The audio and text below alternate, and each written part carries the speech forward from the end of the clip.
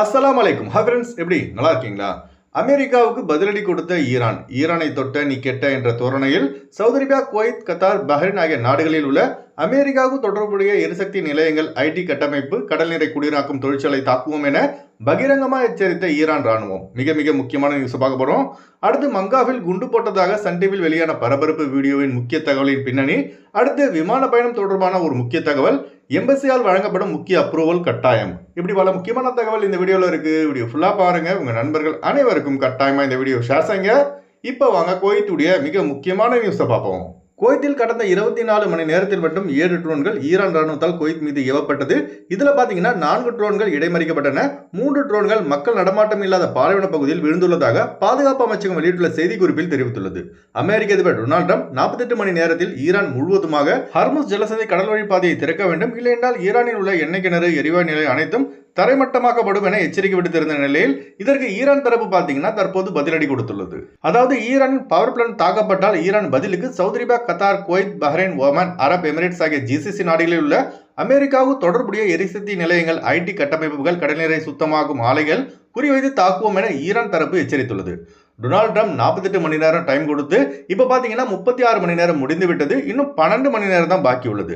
இந்த அமெரிக்காக்காரன் லூசுத்தனமாக ஏதாவது பண்ணிட்டா ஜிசிசி நாடுகள் தான் அதன் விளைவை சந்திக்க நேரிடும்.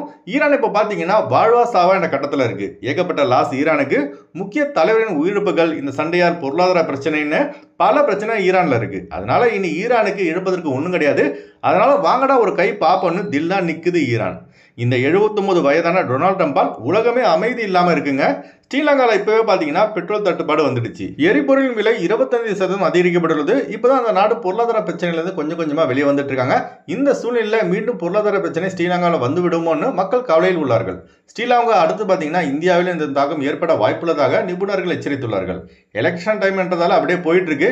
எலெக்ஷனுக்கு பிறகுதான் பெரிய சம்பவம் இருக்கு போல. அரபு நாடுகள்ல சண்டைன்னு ஊருக்கு போய் ஏதாவது செஞ்சு பொழைச்சுன்னு நினைச்சா ஊரோட நிலைமை இப்ப பாத்தீங்கன்னா இன்னும் மோசமா இருக்கிறதால என்ன செய்வது என்று தெரியாமல் பல வெளிநாட்டவர்கள் குழப்பத்தில் உள்ளார்கள்.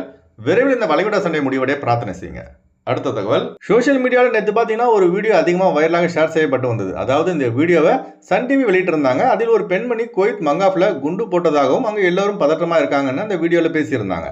இது சம்பந்தமாக நாம விசாரிக்கும் போது உண்மை தகவல் தற்போது வெளியாகி உள்ளது. அதாவது என்னன்னு பார்த்தீங்கன்னா மங்காஃபில் நமக்கு நல்லா தெரியும் எந்தவித குண்டும் விழவில்லை.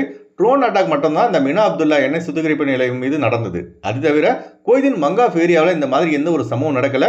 ஈரான் குவைத்தில் உள்ள அமெரிக்க ராணுவ தளங்கள், ஏர்போர்ட், ஆயில் ரெஃபைனரி இது போன்ற இடங்களை குறிவைத்து தான் தாக்கிட்டு இருக்காங்களே தவிர பொதுமக்கள் வாழ இடங்களில் எந்த ஒரு பாதிப்பும் கிடையாது. குவைத் ராணுவம் குவைத்திகள் மற்றும் வெளிநாட்டவர்களுக்கு முழு பாதுகாப்பை முழுமையாக அளித்து வருகிறது. அதனால குவைத் ராணுவத்திற்கு ஒரு ராயல் சொல்லிட்டுங்க. அதுபோல பலருக்கு வந்து ஒரு டவுட் வரலாம், குவைத் ஏர்போர்ட் க்ளோஸ்ல இருக்கும் போது இந்த பெண்மணி மட்டும் எப்படி குவைத்திலிருந்து ஃபிளைட்ல வந்ததா சொல்றாங்கன்னு.